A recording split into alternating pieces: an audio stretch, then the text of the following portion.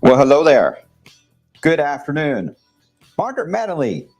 I haven't talked to you in a long time. Hope you're doing well. Thanks for saying bots there. All right. Yeah, I know it's not my normal time, but it's been one of those mornings, right? But now we're having a chance to discuss it. Hope you guys are doing well. Welcome to SnowTALK, the weather blog. I'm wave meteorologist Brian Good. Some of you I see often in the mornings, and some of you I probably never get a chance to see because I'm not always live at this point in the day. So welcome. If you have a chance to check out the morning streams, usually we're on roughly in the 9 o'clock hour, depending on the weather, to discuss things. And of course, the more active weather days, there will likely be 2 of these.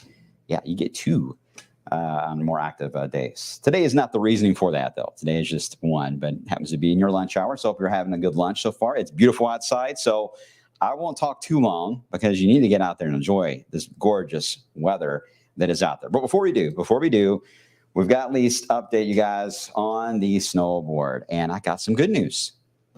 The one for next week, it has survived the cut today. For now, it has survived. I'll explain coming up. Still looks like a rain to snowflake type of setup. So I wouldn't get overly excited about it, but anytime we get snowflakes, it's exciting, right? Snow lovers, you guys, I know. And then right in behind that is the second wave that comes into play. But that one, it's definitely has to have a rain or snow tag on it because there are some challenges in this pattern once we get it established here for the Thanksgiving week. It's kind of the kickoff to what will likely roll into late November and early December, which is not going to be easy. The weather pattern is going to have a lot more of the extremes showing up on it than it has so far. And that's going to lead to a lot of challenges in our extended outlook. So yay. Okay, right now, though, again, beautiful outside, gorgeous. Temperatures have already gotten to the point where we're basically at our high today. So we're going to overachieve on highs. We're going to get above 70 here in Louisville. And we'll do it again tomorrow, too. So this is a nice, comfortable setup. Oh, wait a minute. I got a spammer. Hold on one second. I never get. Oh, I mean to put that on there. Sorry about that. Oh, go away. Don't click on that. Nobody click on the spammer, or you will get weird emails for like a year. Okay. Whew. I got it. We're good. Haven't had a spammer in a while. All right, 69 degrees in Louisville now, 68 into E-Town, 70 into Columbia. Burn ban list. Well, Brian Hoke is about to look at this in a second, and I got a feeling this is going to get updated even more because it keeps changing. Every time we look at it, there's another county added. Indiana had several counties, anywhere from Madison all the way to Paoli Peaks, even into Perry County added today.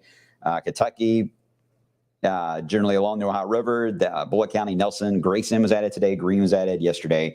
Louisville, keep in mind, has a burn ban year-round. So you will not see Jefferson County colored in Kentucky because it is a year-round issue. That is always the case for the metro. So let's make sure I explain that because the city is a little different than the rest of the area. But obviously we need some rain. Everybody knows that. And we're at 16 days now without measurable rainfall. The drought status will get updated on, tomorrow morning. It'll be updated. But relief is on the way as we head into your Friday. So this streak here of the longest dry streaks we've had this year, it's now actually 16 days. We'll make that 17 tomorrow. That will tie it, and we should be done, and the rain will reset the clock on Friday. Should.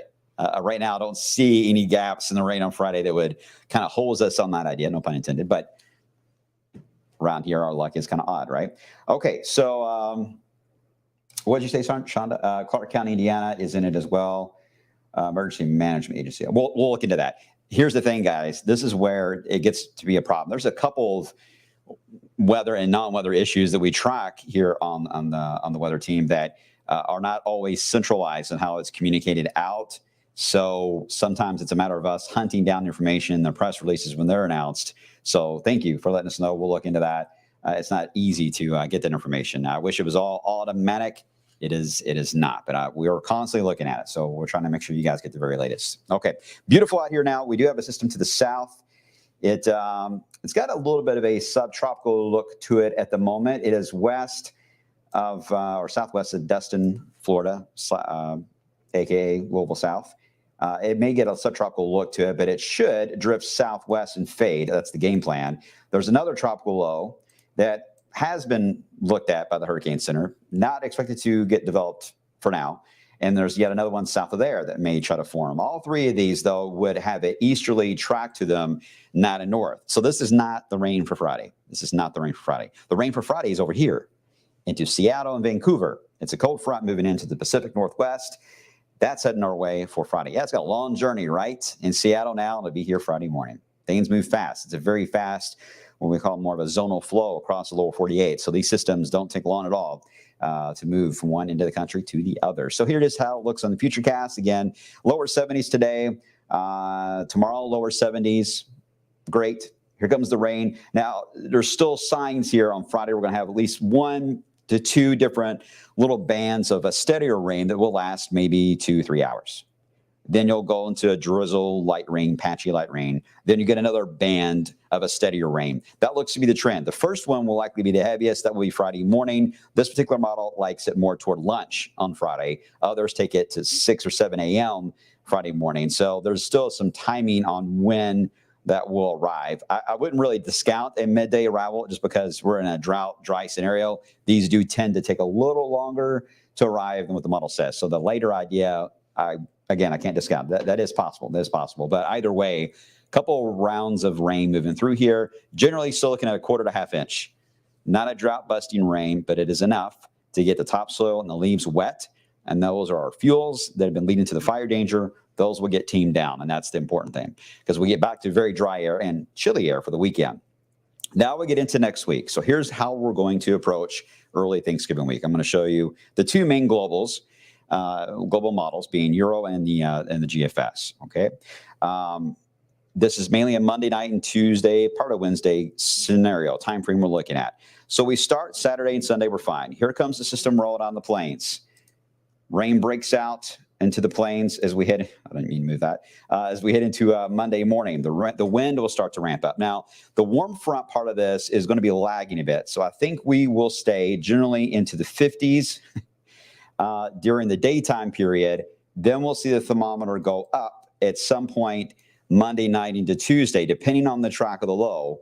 Not all areas will see a temperature rise, but if you're south and east of the track of the low, we will see a temperature rise. Right along the low path, we've got to really figure out where that is going to be, because that is where your heaviest of rain is going to track along that. And that right now on the low end is about 1 inch, on the high end almost 3 inches.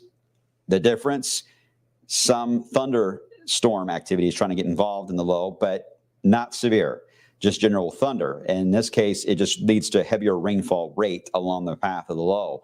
That's where you can get some amounts could go over 2 inches up to 3. So the track is important on several factors, but certainly the rainfall amounts will be determined by this. That will likely be at some point Monday night into Tuesday morning. Then we'll be on the other side of the low as it wraps up, and we head into Tuesday with falling temperatures more than likely, and a colder setup into Wednesday, the travel day, with the East Coast facing the travel woes, if you will. Big cities in the East Coast, though, will face that. And then the low pressure will move on out, and then we have a chance for another wave to move in and behind it toward the end of the holiday weekend. The problem is you're going to have a little bit of a bump up ahead of it as well. That's the reason why we have to go rain or snow. Again, I'll have more on that in just a second.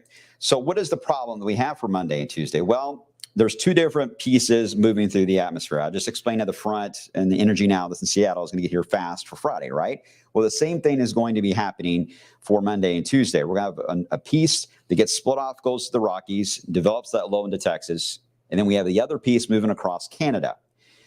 The modeling does not agree yet if the two are going to shake hands, as we like to call it, or phase, or will they just wave at each other from across the street. Classic scenario that we face, especially for winter storms, right? But this case, while this will have some winter with it, it's mainly a rain and wind event that we're talking about here that will make the biggest split on that. So let me show you the wind flow. This is going to loop. You'll be able to see the dig of the low Monday and Tuesday. This is the Euro's idea. And then it's got that jet streak, the area of white, moving across the Dakotas and the Great Lakes. A bit of a lag there. The low pressure in Texas, a hair slower. You get a bit of a cutoff low scenario. Then the jet streak moves in and pushes the whole thing out. They're closer together than what they were. I will say that. But they're still just separate enough with that southern stream and the southern stream and the northern stream phasing right over Kentucky there.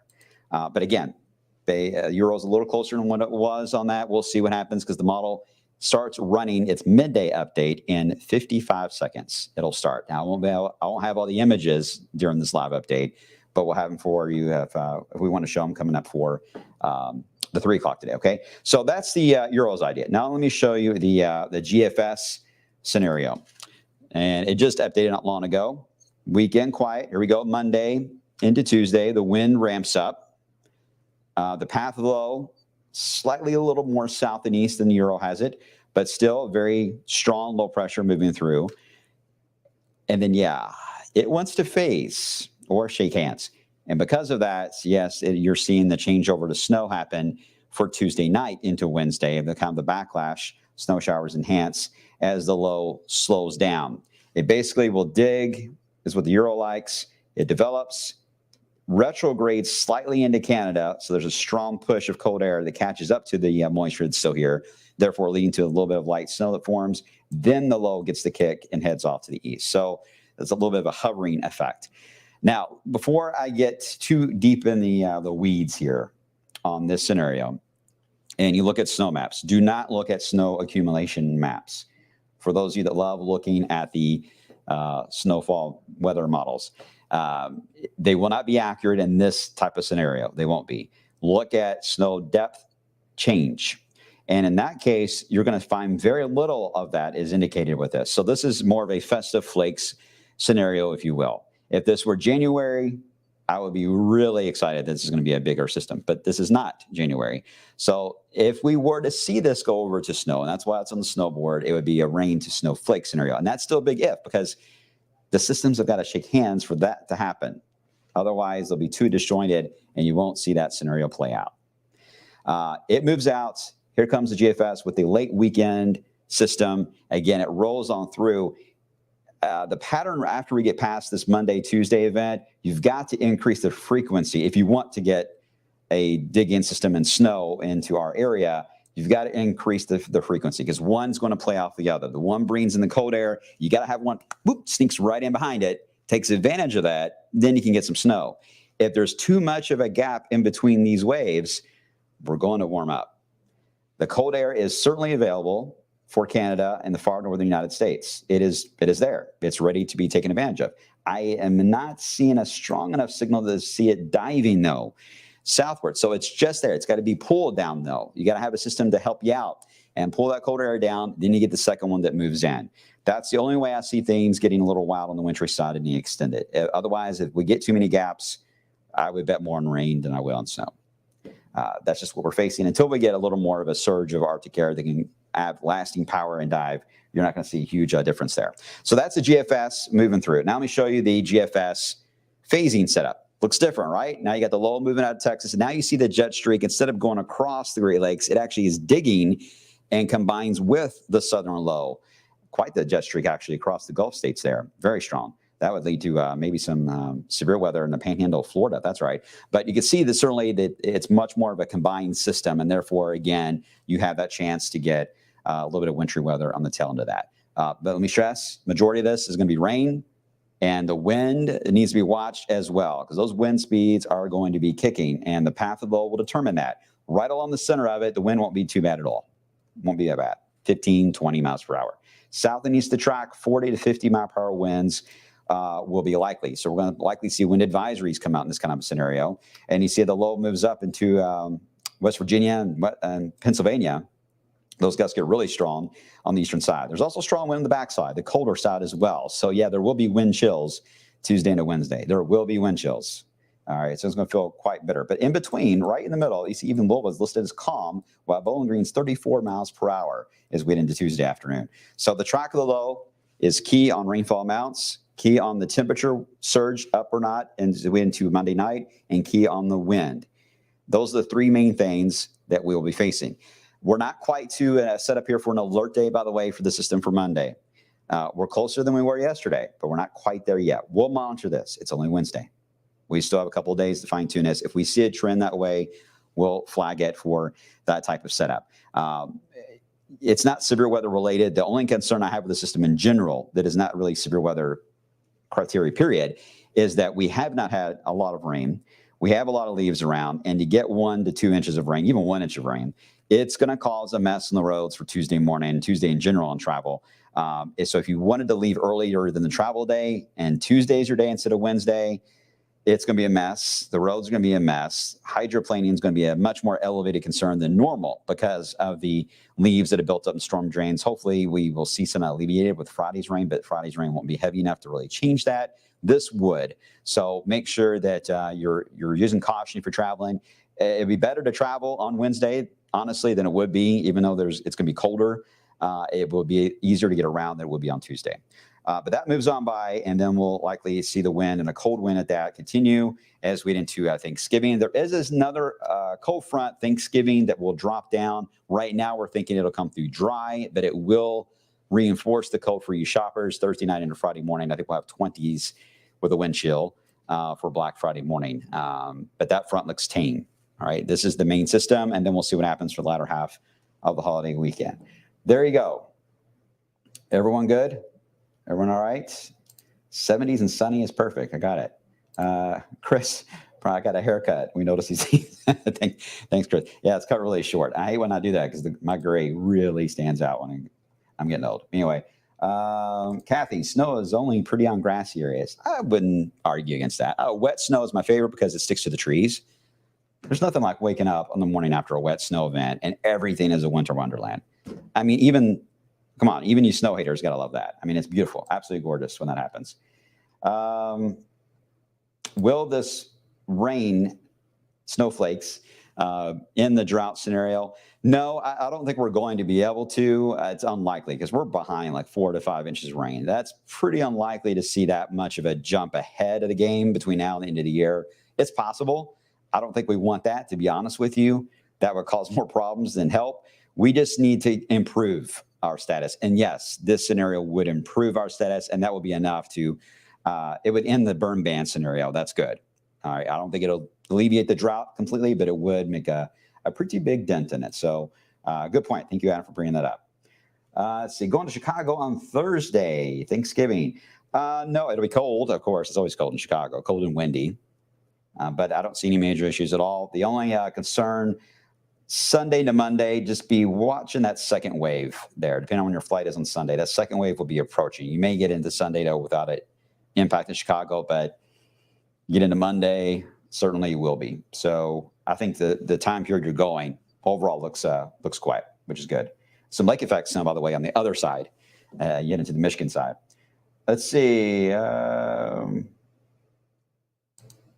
Margaret. Normally teaching in okay, good. All right. Well, tell the students I said hello. I'm sure they haven't senior students in a long time, but I'm sure they're all grown up and are driving cars in their 20s now. Shonda, if the rain temperature drops, any chance of all that water freezing on the roads? Great question, Shonda. Not at this point, mainly because there's a lot of wind involved in this scenario. Even the showers on Friday, there's a bit of wind showing up. So that's good. Ground temps are running above average, so that works in our favor. But as far as anything icing up, I don't see anything like that. And that's the good news about these kind of events. You don't have to worry about that yet until you get some true Arctic air for a few days before you deal with a system like this. We will not have that kind of a scenario, which is good. Now, once we get into the latter half of the holiday weekend into that following week, now we're looking way out. That one may have a little more of an issue with it because we'll have some colder weather before it. Maybe. That's the only one, though, of all of them I listed that we'd have to watch. And that's so far at the end of the 10-day. I don't know yet. Let's see. Les on YouTube. Hi, Les. Seeing signals, the MGO, Madden June oscillation. I always love MGO. Heads to phase 3 and 4, focusing the mild spell for late November, early December. Yes, that is going to be a concern. The polar vortex still wants to stretch, but if we get that strong Pacific jet, the other day, I don't know if you remember when I drew it, if it comes in, it just cuts it off of the past and you flood the lower 48 with warm air. That's the problem that December outlook certainly has got, because the cold air is ready to be on the move and wants to move down. But if El Nino and the Pacific jet is going to fight against that, it just won't be able to happen. And I don't want to wish that into bad territory yet. We'll wait and see what happens with the upper air pattern down the road. But yes, that is the signal, is the battle of warmer air. There's more support for warmer air than there is for colder, but the cold signal is not gone completely, which is good. Greene County for Monday, Doug. Well, you'll have rain. You'll be fine Monday morning, but Monday afternoon, light rain will start. The wind will start getting a little more on the gustier side. And then Monday night, as you're asleep Monday night, temperatures should go up there in Greene County.